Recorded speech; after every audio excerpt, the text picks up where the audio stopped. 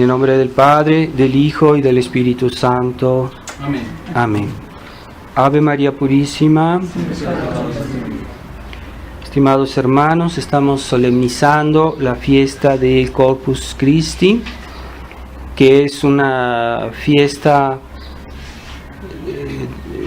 principal en el año litúrgico, una de las fiestas principales, porque la Eucaristía es lo que hace vivir a la Iglesia. La presencia de Jesús en nuestra vida cristiana es importantísima. Así que podemos considerar el valor de muchas cosas, muchos sacramentos de la vida cristiana, pero el principal de todos es la Eucaristía, porque es el centro de todos los sacramentos.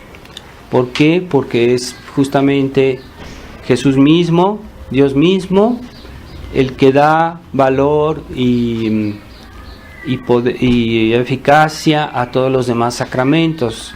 Entonces, en los otros sacramentos está la acción, las gracias de nuestro Señor, y en este sacramento está la acción, las gracias de nuestro Señor, pero también está Él mismo, personalmente. Así que es un sacramento que todos necesitamos, es el alimento, el verdadero alimento de nuestra alma.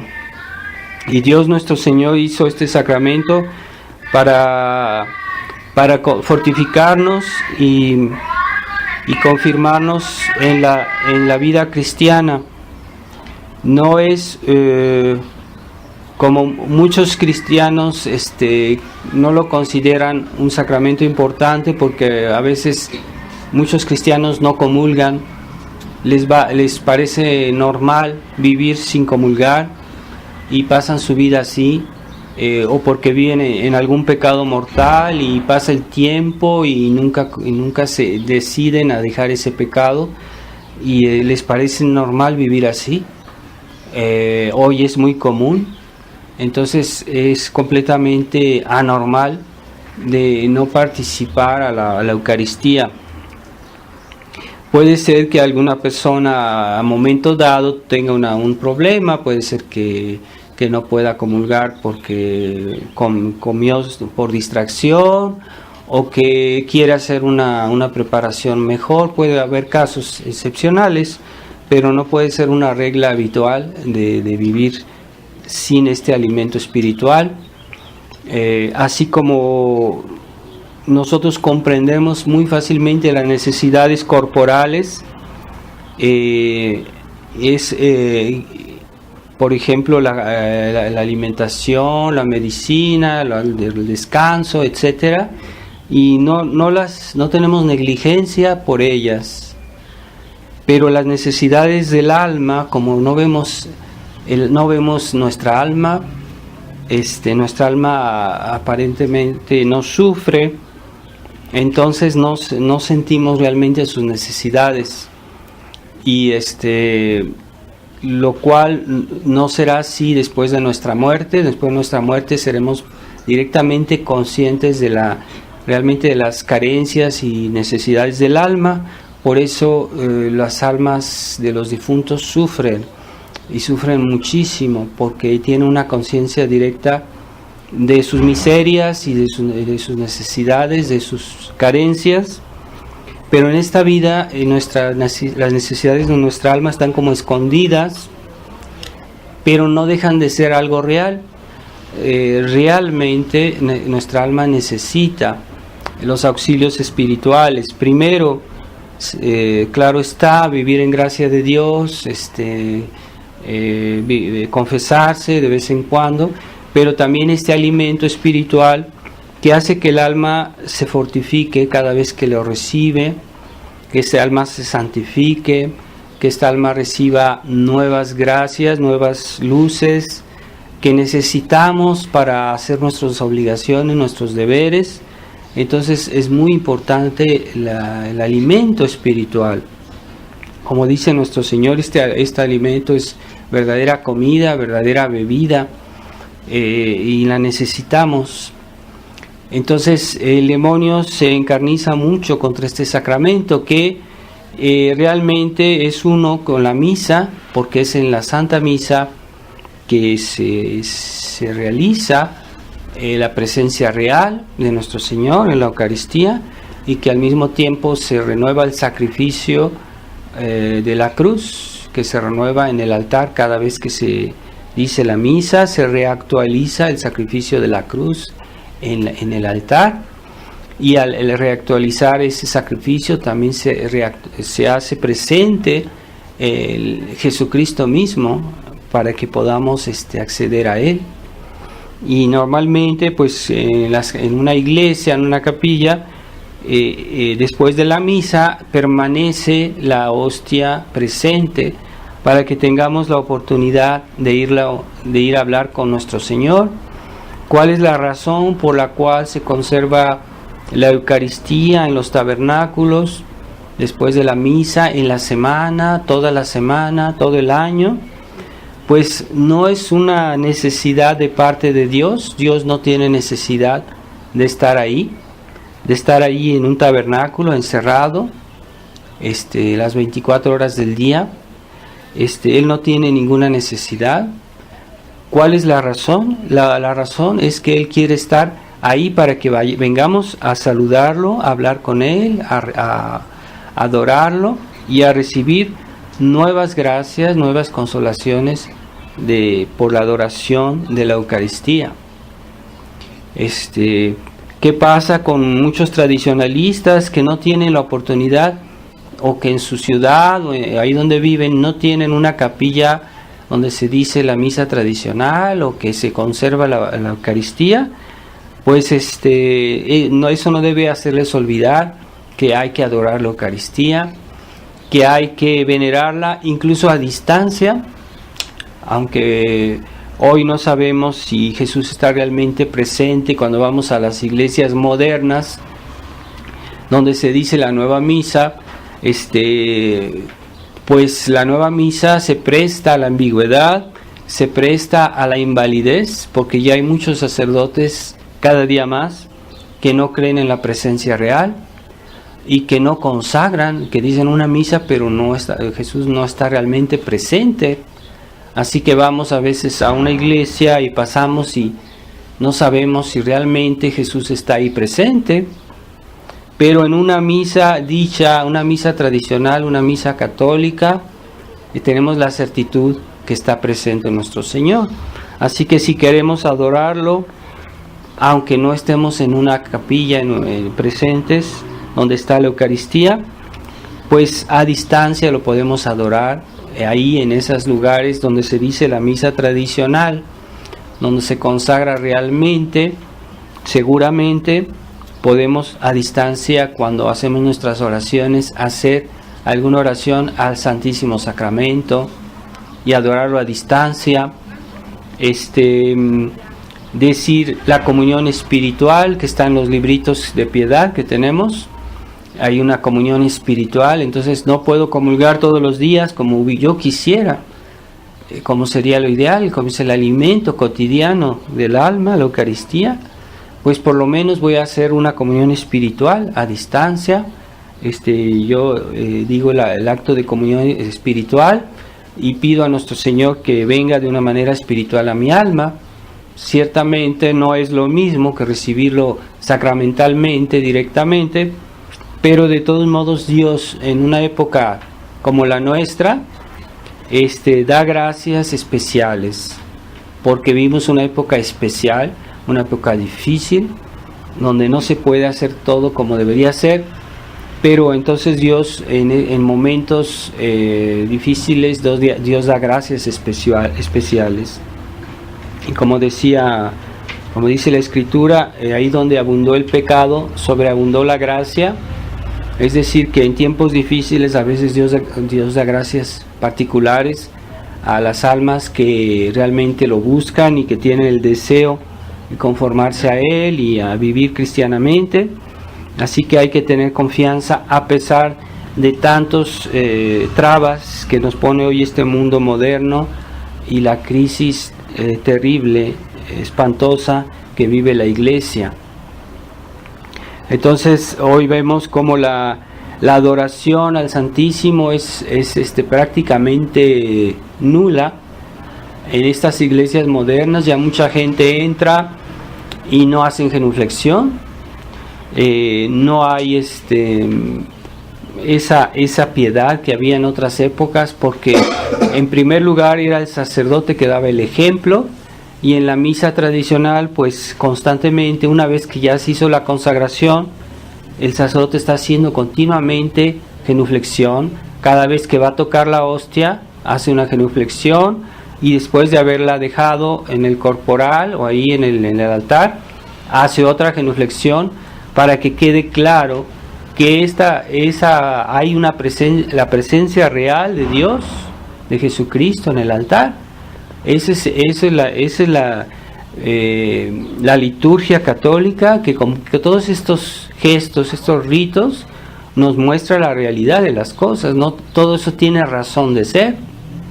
Entonces en la nueva misa se han suprimido las genuflexiones.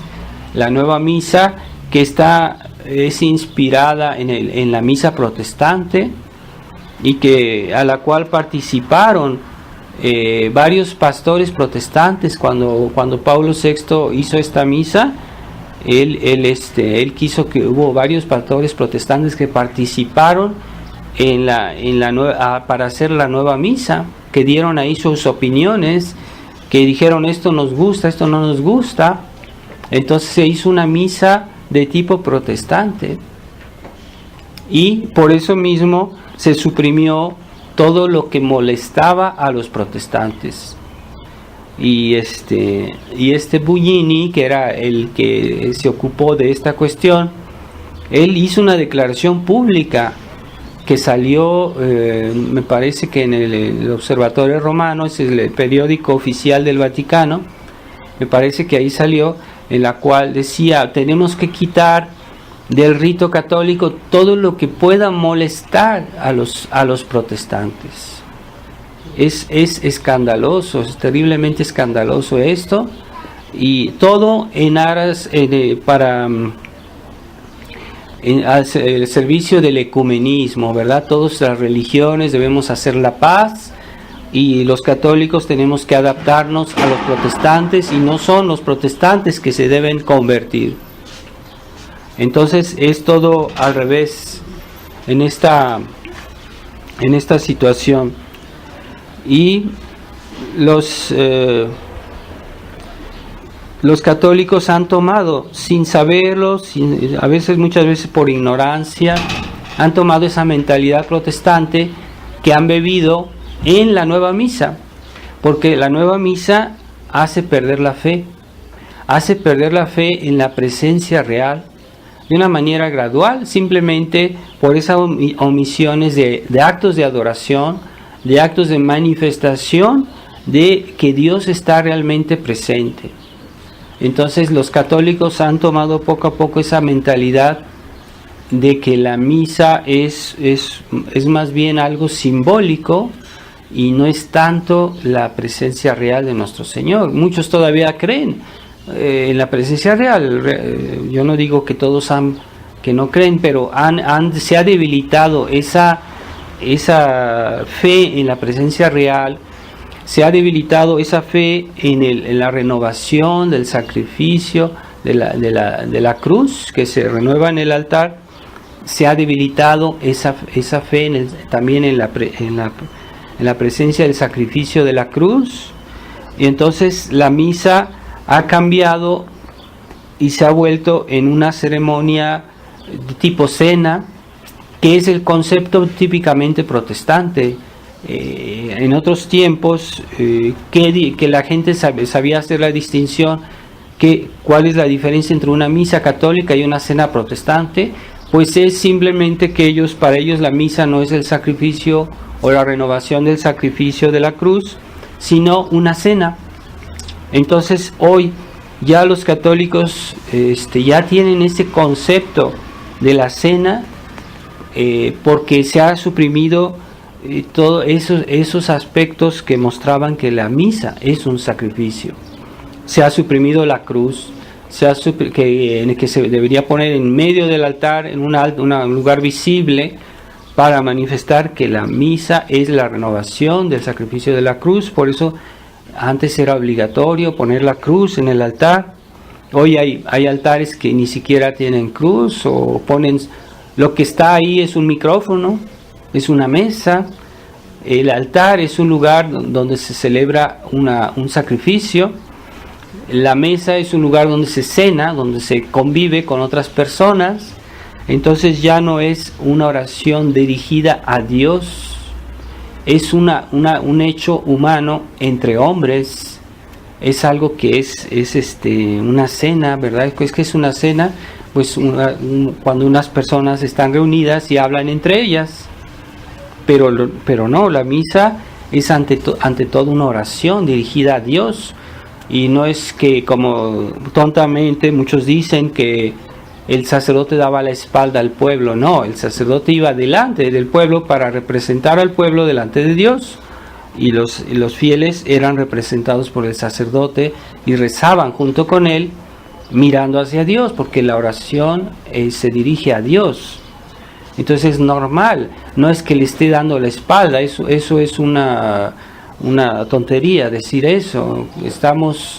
Cuando alguien representa a otra persona, pues va adelante para representarla, y no quiere decir que le esté dando la espalda. Eso no tiene sentido.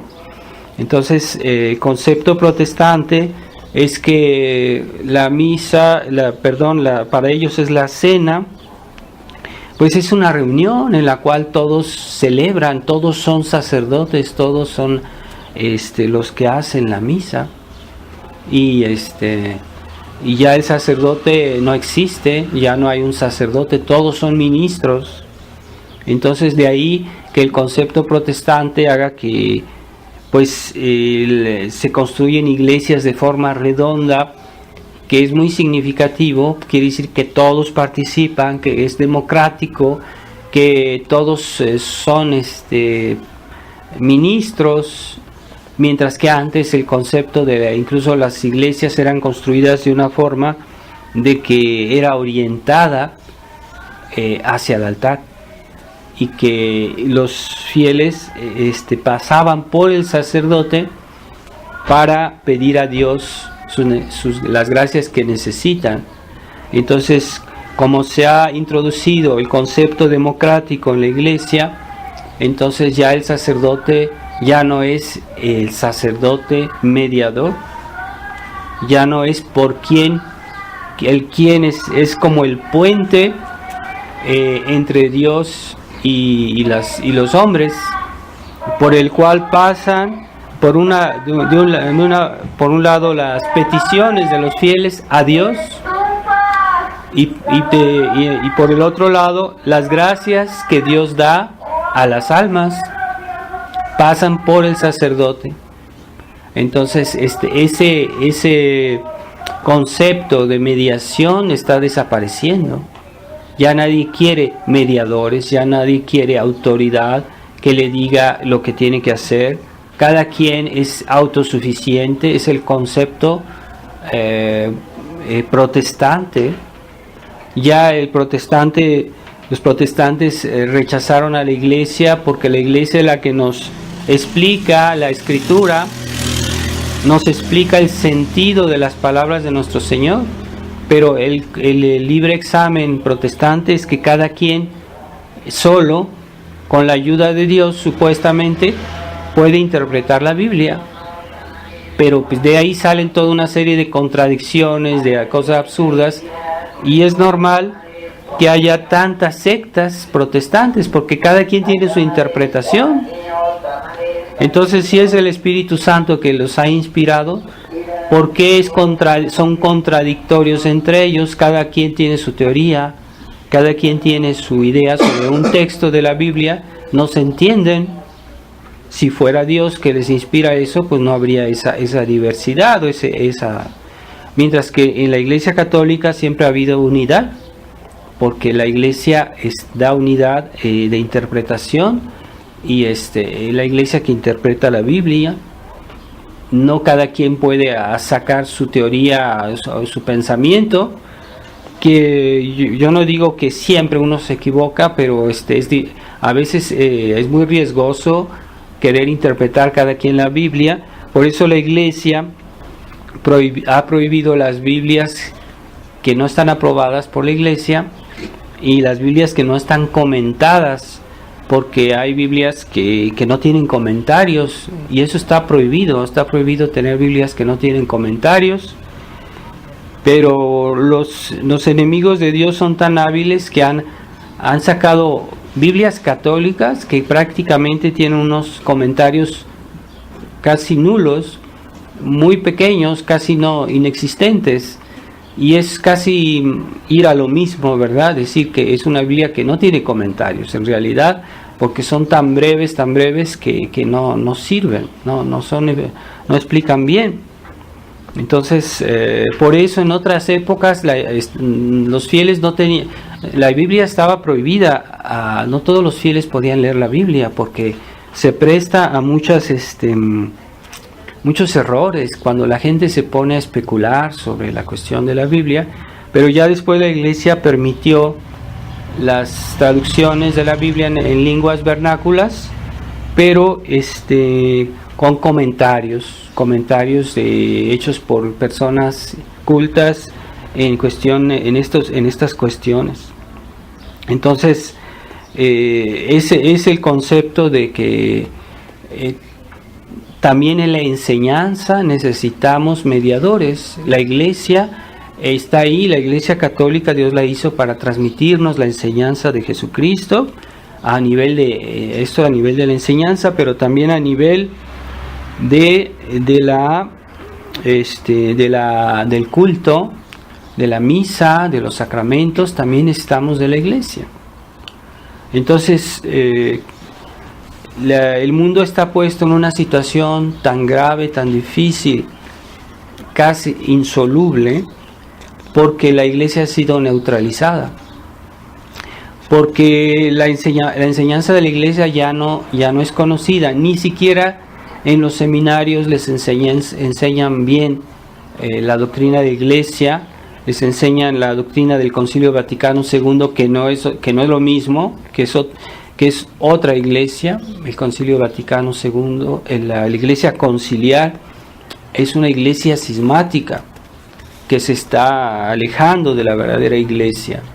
Y hay una mezcla, ya lo he dicho varias veces, ¿no? Como una mezcla dentro de la misma Iglesia, entre una Iglesia, algunos elementos todavía quedan de la Iglesia tradicional, verdadera, mezclados con una nueva Iglesia, que es la Iglesia conciliar.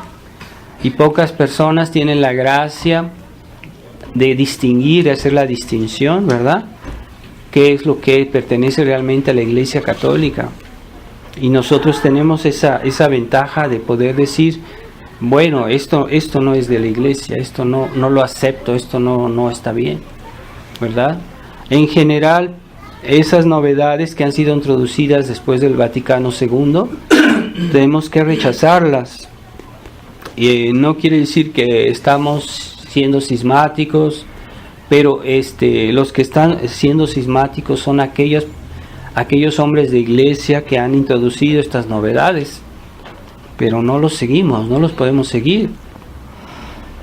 Y en la liturgia, pues de una parte la crisis de la enseñanza católica por las autoridades de la Iglesia, que ya no enseñan la verdadera fe, la verdadera doctrina, o la enseñan alterada, deformada o mezclada con elementos que no son católicos, que no son doctrina católica.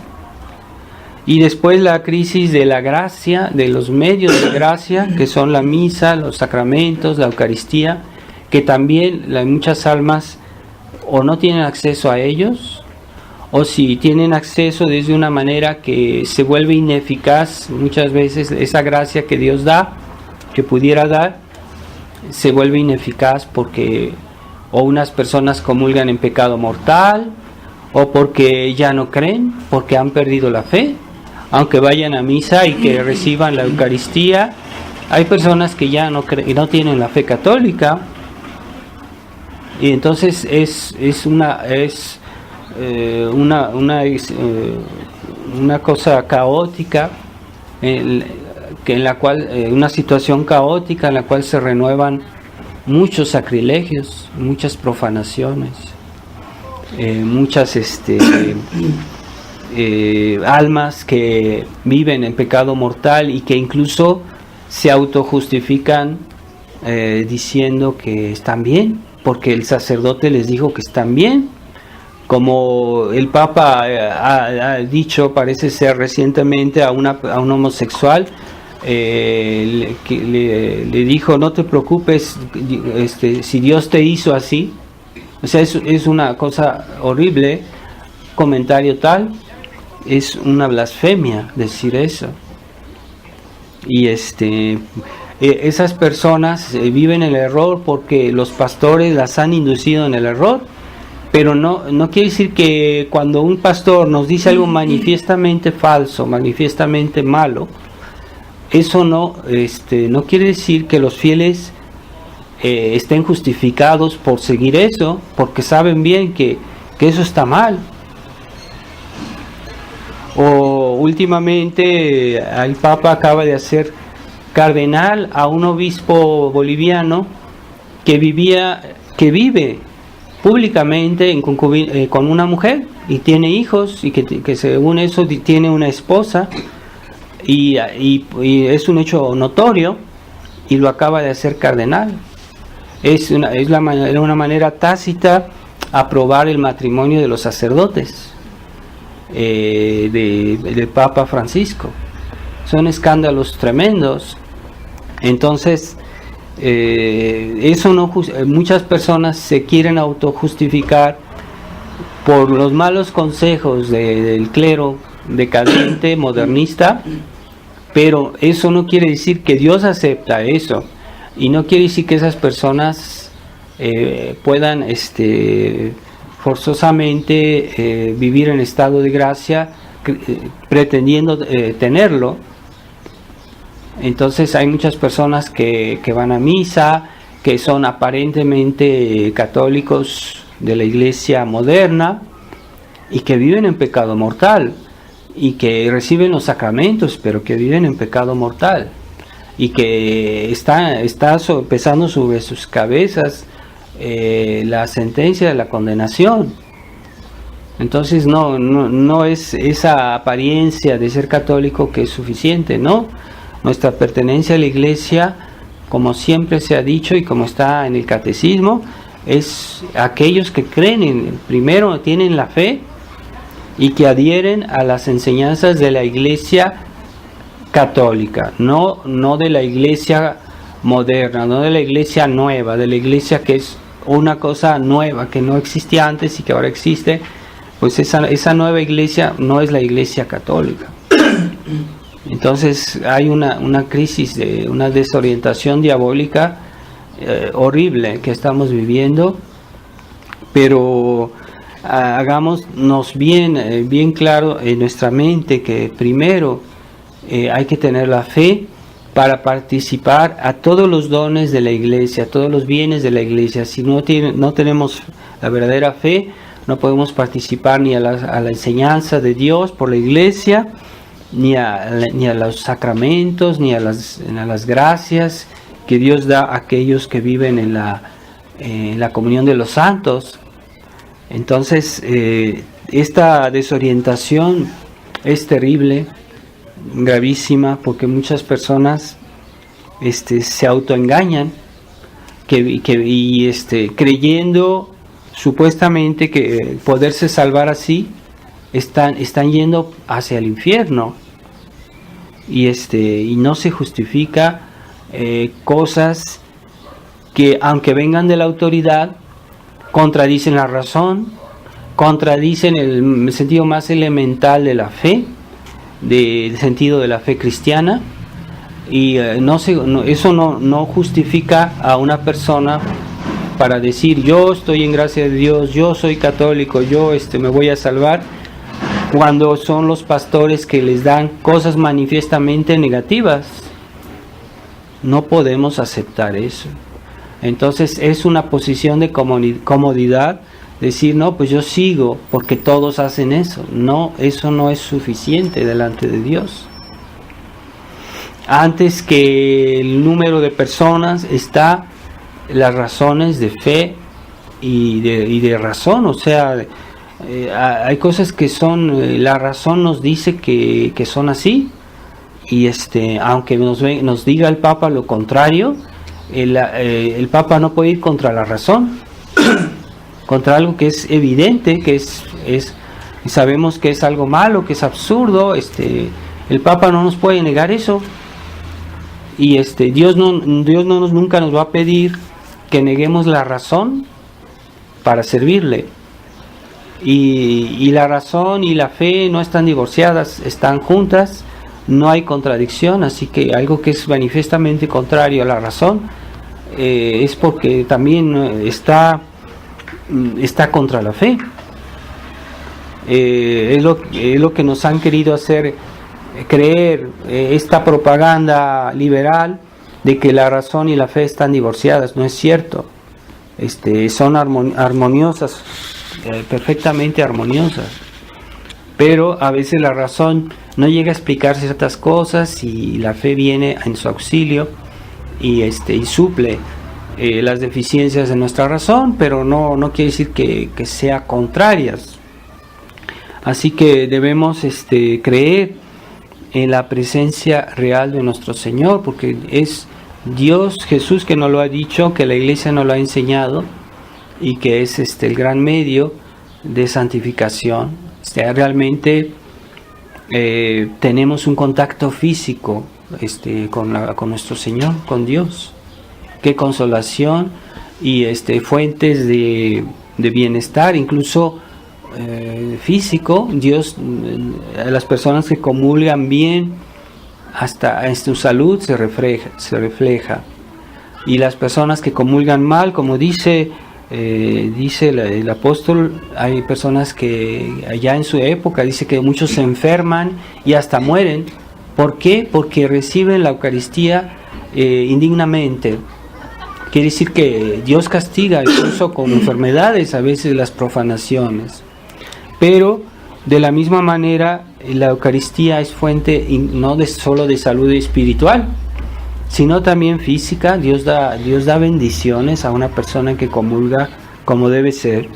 Así que tengamos este respeto por la Eucaristía, no solo un respeto interior, un respeto de convicción, de razón, sino también exterior, ¿verdad? Como la Iglesia nos pide, saber hacer la genuflexión cuando vamos a una iglesia donde está la presencia real, saberlo recibir de rodillas con todo el respeto, después de comulgar hacer una acción de gracias, porque mientras las especies del pan no se corrompen, que está todavía presente nuestro Señor en nosotros. Entonces Él sigue presente. Por eso después de comulgar hay que hacer una acción de gracias, y es un momento íntimo con nuestro Señor en el cual debemos hablar, y Él nos manifiesta su consuelo, sus gracias en ese momento. Así que debemos seguirlo, no olvidarlo, porque perdemos esas gracias si no estamos atentos a la acción de Él en ese momento. Por eso es muy importante, después de comulgar, rezar y recogerse un momento para agradecer y pedir nuevas gracias. Entonces vamos a pedirle en esta Santa Misa a nuestro Señor que nos prepare a recibir la Santa Comunión y que nos ayude a aprovechar lo máximo que se pueda esas gracias que Dios nos quiere dar. De hecho, toda la misa es una preparación al momento de la comunión, y la comunión es el momento supremo para nosotros, ¿no? O sea, la misa desde el principio es una preparación al momento de la comunión. Pero aquellos que comulgan en pecado, pues no solo no reciben las gracias, sino que manchan su alma con un pecado muy, muy horrible que se llama sacrilegio. Y la mejor participación a la misa es comulgar. O sea, uno asiste a misa, está bien, pero para que la participación sea realmente más perfecta, hay que comulgar. Es la mejor participación a la misa cuando uno comulga. Y por eso también, ¿cuál es la mejor participación a la nueva misa? Pues es comulgando en la nueva misa. Por eso no debemos comulgar en la nueva misa, porque estamos participando a un rito protestante, a un rito que no es católico, y no debemos comulgar en la nueva misa, o comulgar de hostias que han sido consagradas en la nueva misa. Así que antes estaba prohibido comulgar de hostias que habían sido consagradas, por ejemplo, en una misa de un sacerdote cismático, que aunque sea una comunión válida, o como haya una presencia válida de nuestro Señor, aunque sí la hay en esas misas, pero está prohibido comulgar de esas hostias, porque fueron consagradas en el contexto de una falsa religión o de una religión cismática. Entonces estaba prohibido. Y así de la misma manera, los que comprendemos el problema de la tradición, no debemos comulgar de hostias consagradas en la nueva misa, porque es una manera de participar, aunque fuera que como recibieran la hostia fuera de la nueva misa en un momento, por ejemplo un enfermo, etcétera, pues de todos modos él se está uniendo a esa misa, porque está participando a la comunión que fue consagrada en esa misa moderna. Así que ni fuera de la misa moderna se debe comulgar o recibir hostias que han sido consagradas en la nueva misa, porque es participar a la misa nueva. Entonces pidámosle a Dios que nos fortifique, que nos haga tener actitudes claras en esta situación de crisis, porque cuando uno comienza a mezclar o a hacer concesiones, se pone en peligro, y poco a poco es como un declive que es irremediable. Vamos a pedir a Nuestra Señora que nos dé esta fervor, esta fe y todas las disposiciones para siempre que recibamos la hostia, que la recibamos bien y cada día con mejores disposiciones. Ave María Purísima, sin pecado concebida. En el nombre del Padre, y del Hijo, y del Espíritu Santo. Amén.